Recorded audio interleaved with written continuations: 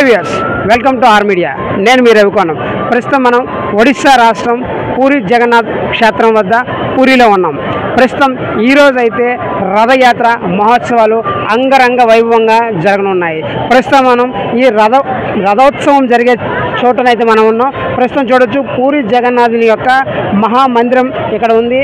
ఆ మహామందిరానికి ఆనుకొని 3 రథాలు అయితే మనకు ఉన్నాయి. ఈ 3 రథాలు ఏవైతే ఉన్నాయో ఈ 3 రథాలపై జగన్నాథ స్వామివారు, అన్నయ్య బలరామ స్వామివారు, అలానే చెల్లెలు సుభద్రాదేవి ముగ్గురిని కూడా ఈ రథాలపైనే ఊరేగించనున్నారు.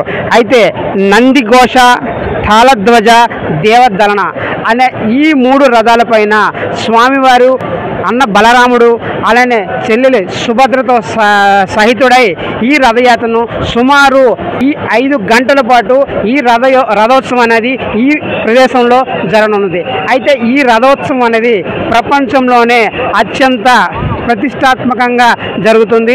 పూరి క్షేత్రం అంటేనే ప్రపంచంలో ఉన్నటువంటి అన్ని క్షేత్రాల కన్నా ఇక్కడ విభిన్నంగా ఒక రథోత్సవం అయితే నిర్వహిస్తారు. ఈ రథోత్సవం కోసం ప్రపంచ నలుమూలల నుంచి కూడా ఈరోజు ఈ క్షేత్రానికి విచ్చేసి పూరి రథోత్సవాన్ని, ఈ రథాన్ని ఇక్కడి నుంచి ఈ వేలో ఏదైతే ఉందో ఈ చివరి దాకా ఈ రథాన్ని చేతులతో మాత్రమే తాళ్ళు కట్టి లాగే ప్రక్రియ అయితే ఏదైతే ఉందో ఆ ప్రక్రియను చూడడానికి, స్వామివారిని సందర్శించడానికి ప్రపంచ నలుమూలల నుంచి ఇక్కడ విచ్చేస్తూ ఉంటారు.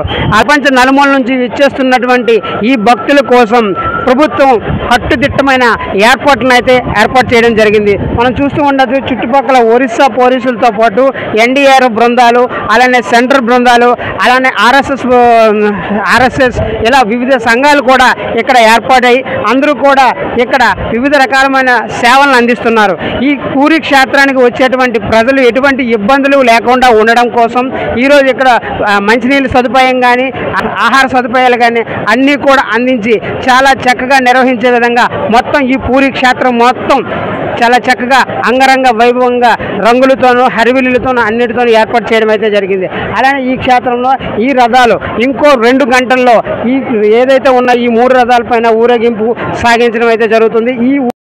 ఈ పూరి జగన్నాథ్ రథయాత్రకి ప్రపంచ నలుమూలల నుంచి ఈ రథయాత్రను వీక్షించినందుకు వస్తున్నారు. ప్రస్తుతం మనతో అయితే బయట నుంచి వచ్చిన వ్యక్తులు ఉన్నారు. వాళ్ళతో అడిగి మాట తెలుసుకుందాం. చెప్పండి సార్, మీరు ఎక్కడి నుంచి వచ్చారు? మేము విశాఖ జిల్లా అనకాపల్లి జిల్లా మాడుగుల నుంచి వచ్చాం. అసలు ఈ రథయాత్ర గురించి మీకు ఇంతకు ముందు ఏమైనా తెలుసా? రథయాత్ర అంటే ప్రపంచానికి రథయాత్ర, జగన్నాథ రథయాత్ర. ఒకసారి రథం తిరిగిన తర్వాత ప్రపంచం అంతా కూడా రథం తిరుగుతుంది కాబట్టి ఈ రథయాత్ర బాగా జరుపుతారు. రథయాత్ర వచ్చారు కదా, ఇక్కడ ఏర్పాట్లన్నీ ఎలా ఉన్నాయి? ఏర్పాట్లన్నీ బాగా ఉన్నాయి. పూరి ప్రభుత్వం బాగా ఏర్పాట్లన్నీ బాగా చేసింది. ఫుడ్ కూడా ఎక్కడ పడితే అక్కడ బాగా పెడుతున్నారు. ఈ జగన్నాథ రథయాత్ర ఇక్కడి నుంచి ప్రారంభమయ్యి గుండీచా మందిర్కి వెళ్తుంది.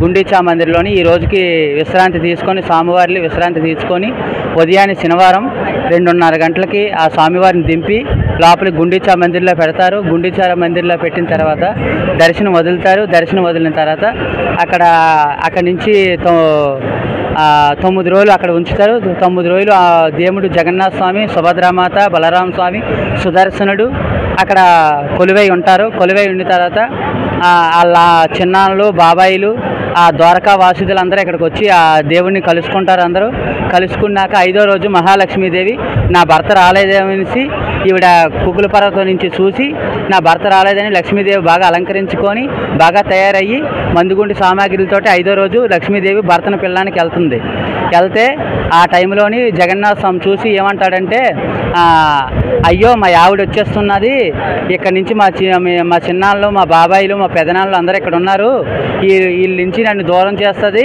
అనేసి పండావాళ్ళతో జగన్నాథ స్వామి చెప్తాడు. ఒరే మీ అమ్మగారు వచ్చేస్తున్నారు, తలుపేసేయండి అంటే పండావాళ్ళు తలుపేసేస్తారు.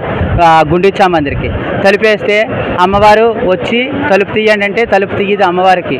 తలుపు తీయకపోతే అమ్మవారికి ఆగ్రహం వచ్చేసి నందిఘోష్ రథం, జగన్నాథ స్వామి రథం నందిఘోష్, దానికి 16 చక్రాలు ఉంటాయి. 16 చక్రాలను శారది అశ్వధరం, ఆ శారద గారు చెయ్యి ఇరిచేసి అమ్మవారు 16 చక్రాలకి 1 చక్రం దహనం చేసేసి అమ్మవారు వచ్చేస్తారు. వచ్చేసిన తర్వాత తిరిగి రథయాత్రకి ఆషాఢ ఆషాఢ ఏకాదశికి తిరుగు రథయాత్ర అవుతుంది. ఆ తిరుగు రథయాత్ర ఇక్కడికి వచ్చిన తర్వాత ఈ రథాలు ఇక్కడ ఆపి ఒకరోజు విశ్రాంతి ఇచ్చి స్వామివారికి సునామేసం జరుగుతుంది.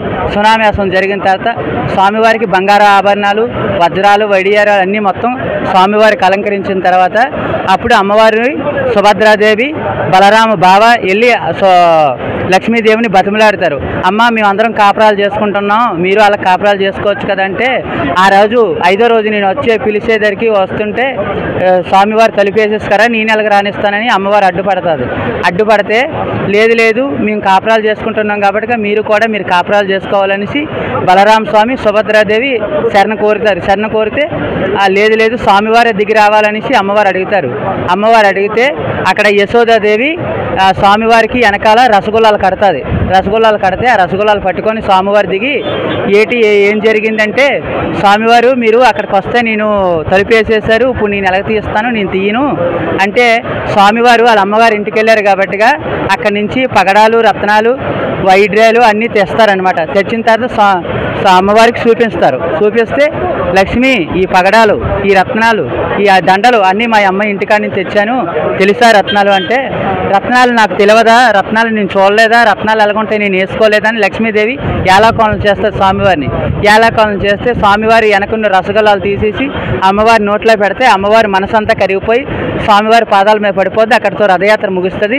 దేవర్లు రత్న వేదిక మీద ఆహ్వానులు అవుతారు. జై జగన్నాథ్. మీరు ఇంతకు ముందు ఈ రథయాత్రకి ఇదే మొదటిసారి రావడం? ఇంతకు ముందు ఎప్పుడైనా? 10 సంవత్సరాల నుంచి ఈ రథయాత్రకు వస్తున్నాను నేను.